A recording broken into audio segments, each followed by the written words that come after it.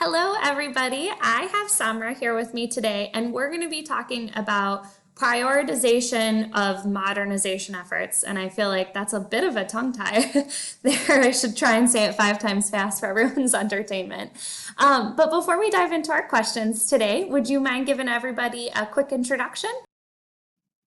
Yes. Hi, Emma. It's really nice to be here and with you and your audience. My name is Samrah Kazmi. I'm an independent risk and innovation consultant based out of New York City. For the past 2 decades, I've been working with very large global financial institutions, first on their business strategy and now on innovation management and their digital transformation and modernization efforts.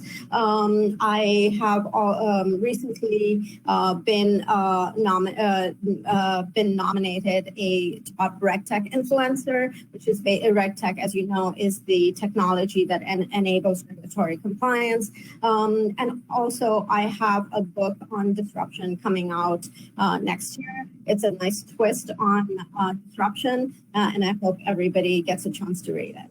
Wonderful. Well, we'll certainly all keep an eye out for that. So to get us started today, I mentioned we're going to talk about this idea of prioritization in transformation. And if you could just get us started by sharing a little bit of information about the importance of that prioritization and kind of your viewpoint on how to prioritize. Yeah, so, modernization or even digital transformation is such a broad term, as we all know. It can be, just scanning physical documents and putting them up on the web, all the way to defining business strategy and enabling your teams to actually do value-driven work in the organization and have an enterprise-wide strategy. And then, of course, there's everything in between.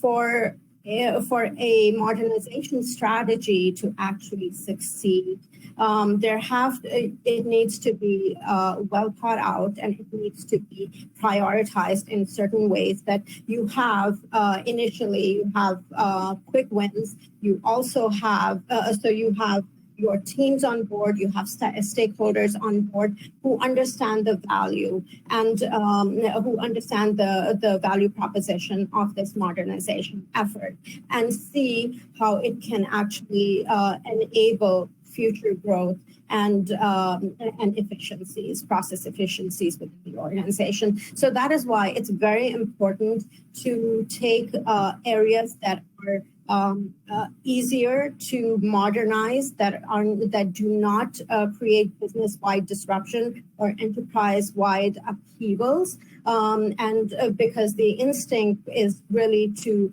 do a complete overhaul, but that's not a very good idea. That's a sure fail strategy. So it's very important to actually look at areas where you can get these quick and easy wins, and they are not as onerous on the people who are actually doing the work.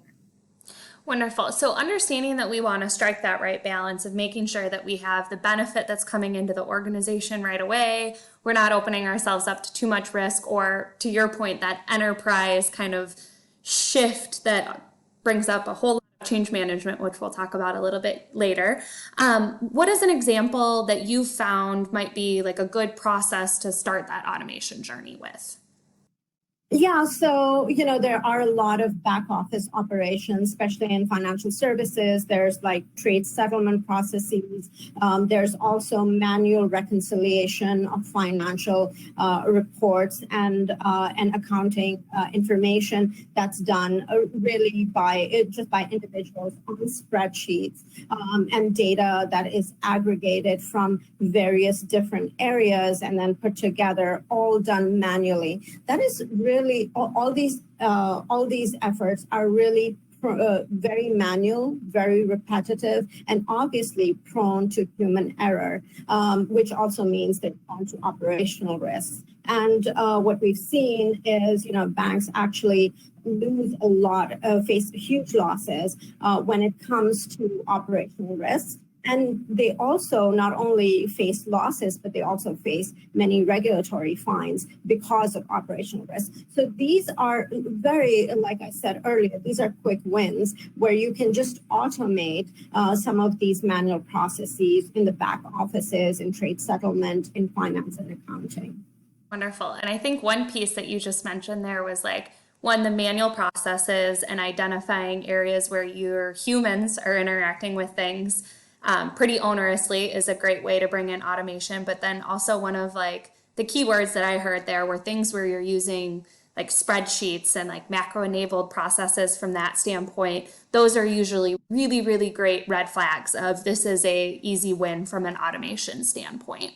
And earlier on in the first question, you talked a little bit about making sure that you had buy-in from your business users and kind of that change management that's associated with prioritization. Can you talk a little bit about how you suggest organizations work to get that buy-in in order to make this automation journey a success? Yes, so buy-in is actually at several different levels. First, you need the executive buy-in from the not just the senior leadership and the C-suite, but also the board at times, especially when these are large global organizations with a lot at stake. And there's a lot of reputational risk also involved here. So certainly you need buy-in at the executive level. Then you need stakeholder buy-in, which is really business unit or department heads that really need to be on board with this massive change, which is going to affect maybe multifunctional teams. And then, of course, you need buy-in from the actual employees who do the work, who interact with tools and processes on a day-to-day basis. And for some of them, this is more muscle memory or habit or a way of doing things efficiently or just a way of doing things. So you need buy-in on all these three levels. And if you fail at even one, the strategy is definitely going to fall apart. So starting from the executive level, it's very important to actually articulate the outcomes, articulate the return on investment, and articulate the strategy. So you've got to actually explain what it is that the institution is going to eventually achieve. Is it process efficiency? Is it redefining of the value proposition? Is it something else? So, or is it all of the above? So, making sure that those outcomes are clearly defined. Then also articulating what the return on investment is, because these efforts are extremely costly. And why would an institution want to put out so much money and even human resources, financial and human resources, and takes a lot of time. So much of these efforts are multi-phased and multi-year efforts. So why would the institution actually make such a big investment? So articulating the return on investment, what are we going to save? What are we going to actually gain from all these efforts? And then finally articulating the strategy at a high enough level that the executives understand it and are on board with it. How many additional people need to be hired, and where are there going to be redundancies, not just in terms of processes, but in terms of human resources. So all of those things, and how do you plan for that, for all those redundancies? So all of those things need to be very well articulated to the executive team.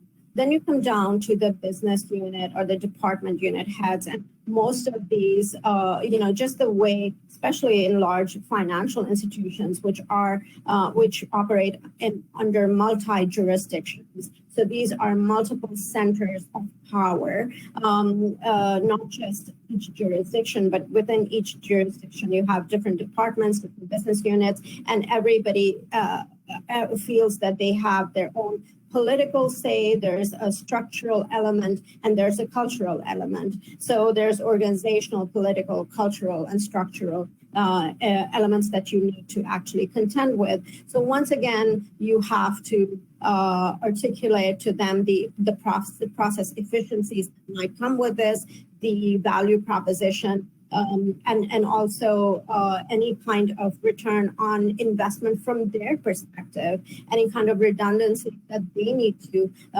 actually be planning for. Because sometimes business units, which may be like teams of hundreds of people, might now shrink down to half or less than half, and that might not be taken well by the people who are actually running those business units, because now you're managing a smaller team, or you're just going through a different process that they're really not on board with. So just articulating the value and benefits of that. And then finally, going down to the employee level, the worker bees who have like attachment to tools and have relationships with tools and processes, and we're very comfortable with doing certain things certain ways for decades now.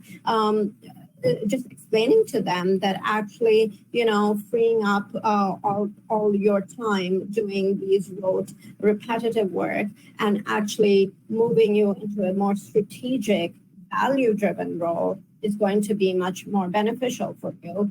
It'll reduce errors, etc. So actually articulating the benefits to each and every stakeholder, but also cautioning them on any kind of risk that come along with it, and with the risks and the redundancies that come along with it, having a plan on how you would mitigate that would really give comfort to each and every one of those stakeholders. And if that is done effectively, I think that it's very easy to get everybody on board. And then, of course, once you're into this strategy and you need to pivot because you really don't know, how a complex strategy is going to play out, especially in a large organization, you would need to go back and communicate the new strategy to all these different stakeholders and ensure that you have buy-in for the new strategy. So I can imagine there will be multiple pivots in large organizations, and you've got to go through this multiple times. So that's how I would recommend. Wonderful. Well, I appreciate you joining me today to talk through this prioritization and kind of that thought process on how to set yourself up for a successful transformation or modernization effort. So for anybody watching, please go check out Samrah's LinkedIn and keep an eye out for that book that she mentioned on the front end. And thank you again for joining me, and have a wonderful day, everyone.